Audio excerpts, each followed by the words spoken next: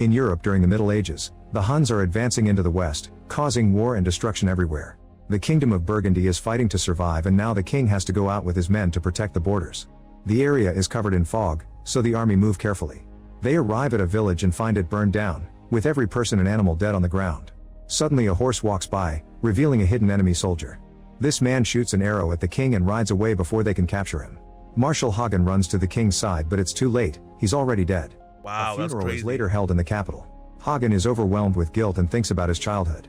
As a kid, he survived a terrible attack from a beast with just a few scars, and the king took him under his wing. Later, while Hagen is training, Princess Kriemhild assures him it wasn't his fault and that he's still part of the family. Soon Prince Gunther ascends the throne and has a meeting to discuss the situation since the kingdom is surrounded by enemies. They're desperate for allies, so Gunther decides that his sister will marry the king of Lombardy. Hagen brings the news to Kriemhild and she agrees to do her duty without hesitation, but it's easy to see that it pains her to do so. That night during a storm, 11 armed men are seen camping near the gates. When Hagen goes to the wall to take a better look, he sees a shadow that whispers, "I know your scars," before disappearing.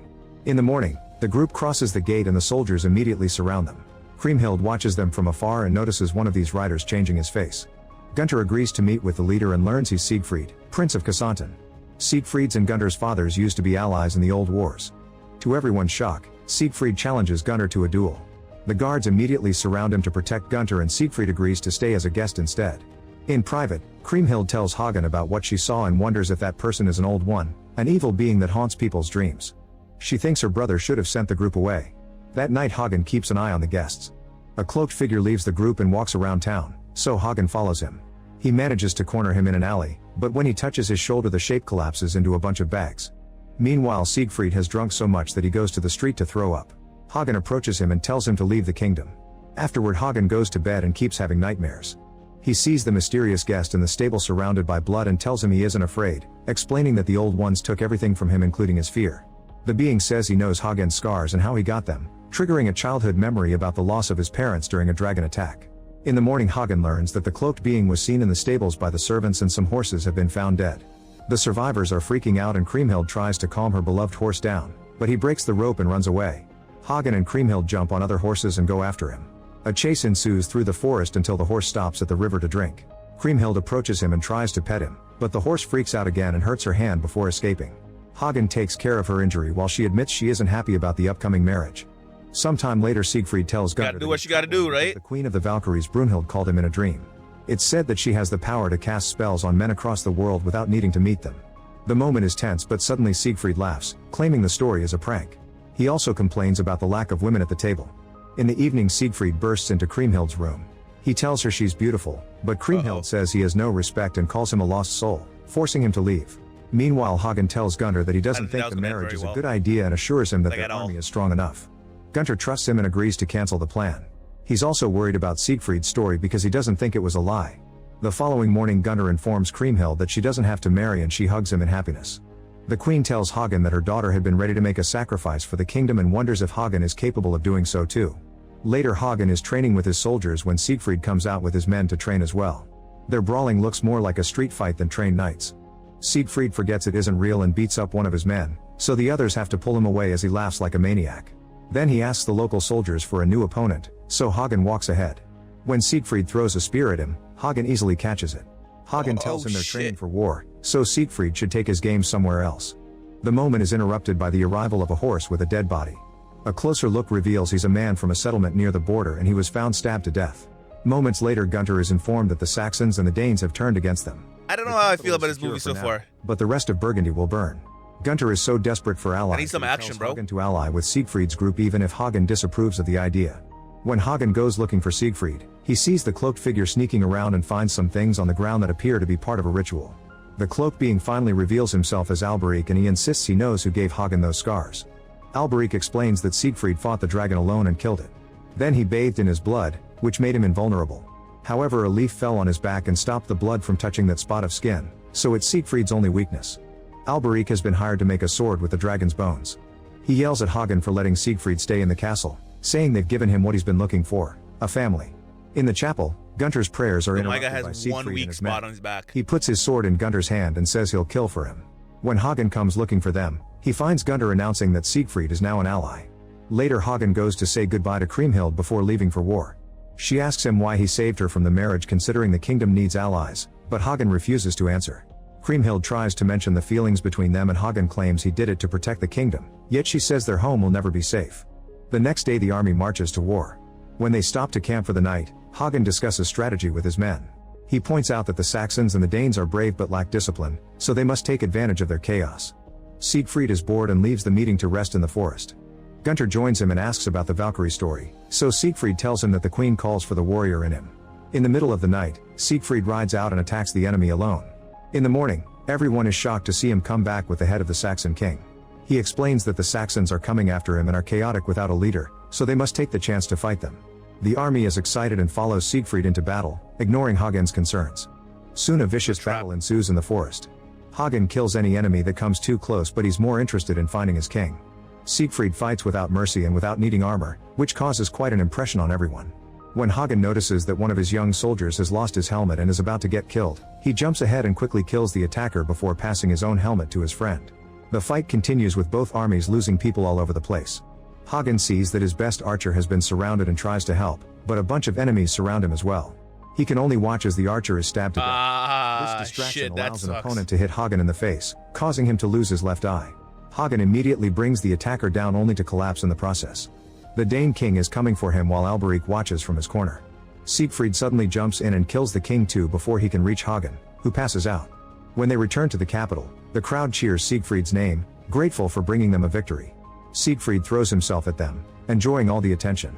Meanwhile Kriemhild is taking care of Hagen, who is still unconscious. Feeling frustrated, she goes looking for Siegfried and finds him drinking. She calls him out for disturbing the mourning of the fallen, but Siegfried says death is part of war. He thinks fallen warriors shouldn't be honored with silence, they should be celebrated.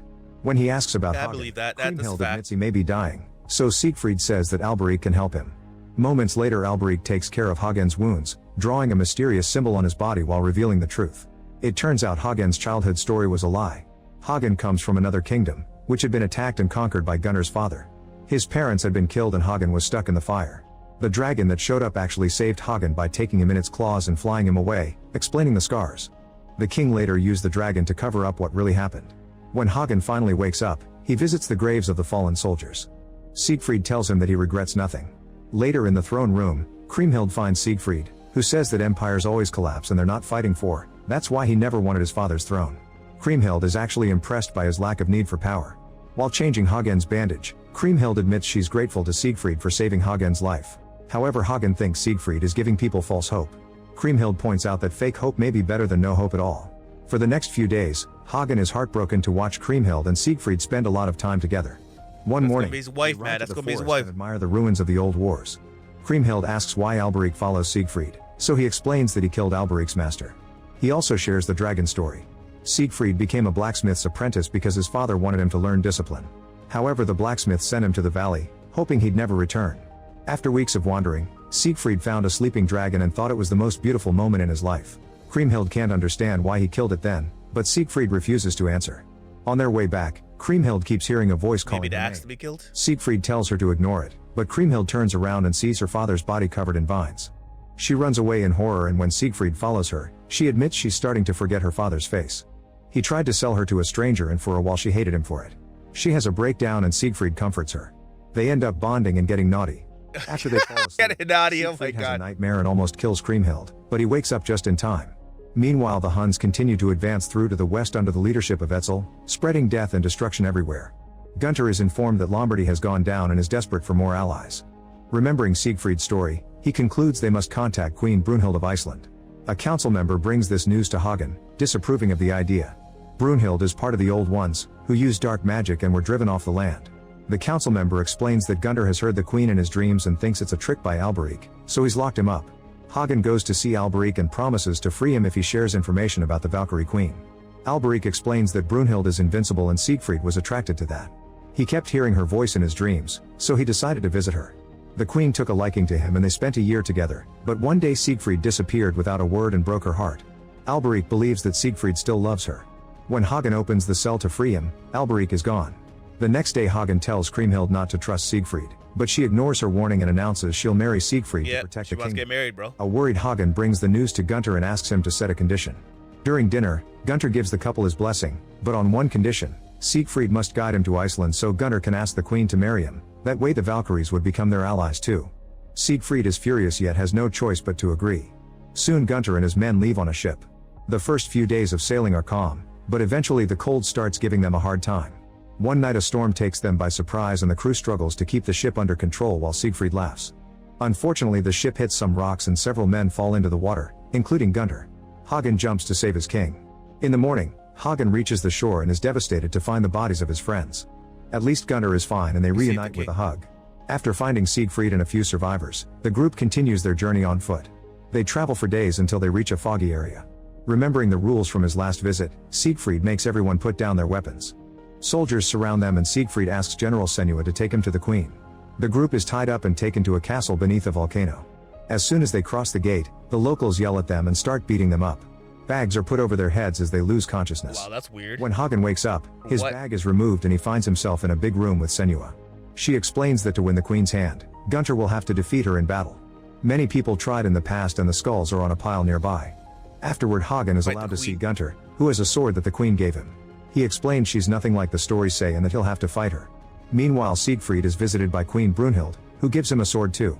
Siegfried swears that he only came as a guide and that he'll marry the princess, but Brunhild points out that he still came. Sometime later the group reunites outside the castle and Hagen scolds Siegfried for not warning them about the rules. Hagen wants to leave, but Gunnar announces he wants to stay. Even Siegfried protests, saying that not even he can defeat Brunhild. Gunnar refuses to change his mind, so Siegfried calls Alberich for help. They enter a cave and Alberich takes Siegfried's blood by cutting his weak spot. Then he pushes Hagen and Siegfried underwater while Gunnar drinks the blood. He starts squirming in pain, only to gasp in relief when the duo drowns. It turns out Gunnar has temporarily gained Hagen's and Siegfried's strength. Afterward Gunnar is prepared for battle by the guards. Senua warns him that if his blood touches the snow, the queen will take his head. If her blood touches it, she'll leave with him. Then Gunnar finally fights Brunhild, who proves to be an excellent warrior and quickly knocks off his helmet. He surprises her by blocking or dodging her attacks, putting up a good fight. After several minutes of clashing, blood finally falls on the snow. To everyone's surprise, it comes from a cut on Brunhild's leg. Gunnar immediately lets go of the power so Hagen and Siegfried can wake up in the cave. Brunhild and her army fall to their knees, determined to keep their end of their deal. When it's time to leave, Brunhild says goodbye to her land in tears. Eventually the group returns to Burgundy and Gunnar is devastated to learn that his army couldn't hold the borders, so the Huns have destroyed most of the kingdom. Soldiers are deserting and men in the villages are hiding to avoid being conscripted. Since they urgently need their allies' armies, a double wedding is held. Siegfried and Kriemhild are happy to get married while Brunhild and Gunnar look kind of cold. Brunhild doesn't let the priest crown her and instead puts on the crown herself. Later while everyone is getting ready for battle, Brunhild deals with her frustration by attacking Siegfried. She beats him up in front of the entire army before screaming in anger. The night before the big battle, Hagen notices that his soldiers are fearful and hopeless. He gives a speech to fill them with hope, telling them to follow the queen because she'll protect them. In the morning, the army sees Brunhild's volcano erupting in the distance and considers it a good sign. As the battle begins, Brunhild charges ahead and nobody hesitates to follow her. The fight is vicious and death is soon covering the entire field, but Brunhild's leadership still easily pushes her team toward victory. Etzel stares at her overwhelming power and has no choice but to retreat. In the evening, a huge party is thrown to celebrate their victory. While everyone is dancing and drinking, Brunhild and Siegfried dance too closely and end up leaving together, which is seen by Hagen. The next morning, Hagen notices that Brunhild and Siegfried are still flirting in front of everyone. Hagen approaches Siegfried in private and explains he'll tolerate this on the battlefield, but Siegfried must stay loyal to Kriemhild when they return. Siegfried hugs him and promises to treat the princess well. The next few weeks, the kingdom is happy to be at peace again and concentrates on rebuilding. However, Siegfried is bored and asks Kriemhild to run away with him. Kriemhild refuses, saying she belongs there. Later Kriemhild asks Hagen why he never married and he insists he had more important things to do. They share a sweet moment knowing they'll never be together. In the throne room, Gunnar learns that his people are still losing hope because they lack the manpower to tend the farms. Siegfried steps in to help, but Gunnar hates how the locals like him better and scolds him for interrupting. Later Gunnar tells Hagen that he's worried about Brunhild because she ignores him but looks lovingly at Siegfried. He asks for the truth of what happened, yet Hagen assures him they only fought and won. One night during dinner, Siegfried is very rude to one of the councilmen and harasses him until he leaves. A furious Gunnar yells at Siegfried and says that he hasn't become real family yet. When Siegfried tries to start a fight, Hagen stops him. Later Gunnar sees Brunhild riding out of the castle and follows her. The next morning, Gunnar tells Hagen that Brunhild and Siegfried have been meeting in secret. The people God continue to damn. adore Siegfried, but he Doesn't comes want and you, goes boy. without caring about anyone's feelings. He wants the bigger, Gunther stronger doesn't guy. want Siegfried to destroy the family, so Hagen agrees to do what the kingdom needs. Meanwhile, Siegfried apologizes to Kriemhild, yet he continues getting drunk in taverns and getting in fights. One day, Hagen invites Siegfried to go hunting and together they bring down a white stag. Hagen has many chances to kill Siegfried with a surprise attack, but he doesn't dare to Right do in the it. spot. Instead, he gives Siegfried a sword and asks for a fair fight. They are both great warriors and keep on fighting for several minutes. They manage to disarm each other, so they throw punches instead. After some struggle, Hagen holds Siegfried's head underwater, only for Siegfried to stab him in the leg. The battle continues and Siegfried brings Hagen down, so he puts his sword against his neck. When he's about to kill him, Gunther surprises Siegfried by stabbing him in his weak spot. Oh! Then Hagen tells That's Gunther it. to ride ahead since nobody should know he was there. He notices that Alberic has watched everything, but when he comes closer to the shadow, he just sees a tree. Hagen returns to the city with Siegfried's body, saying that he defeated him in a duel. Kriemhild has a breakdown while revealing that she's pregnant. In private, Brunhild has a breakdown as well. During the funeral, Hagen defends what he did to protect the kingdom but is open to punishment from the princess. However, instead of executing him, Kriemhild curses him to live long enough to serve Siegfried's son, which will make him suffer more than death. Make sure to subscribe Wow. notifications so you can watch more videos like Wow. Okay, man. At the start, I was kind of like, it's too slow for me, you know. But the end, all right. The end saved it. I liked it. I like the end. The end was dope. Make sure you guys like, subscribe, and check this movie out. All right.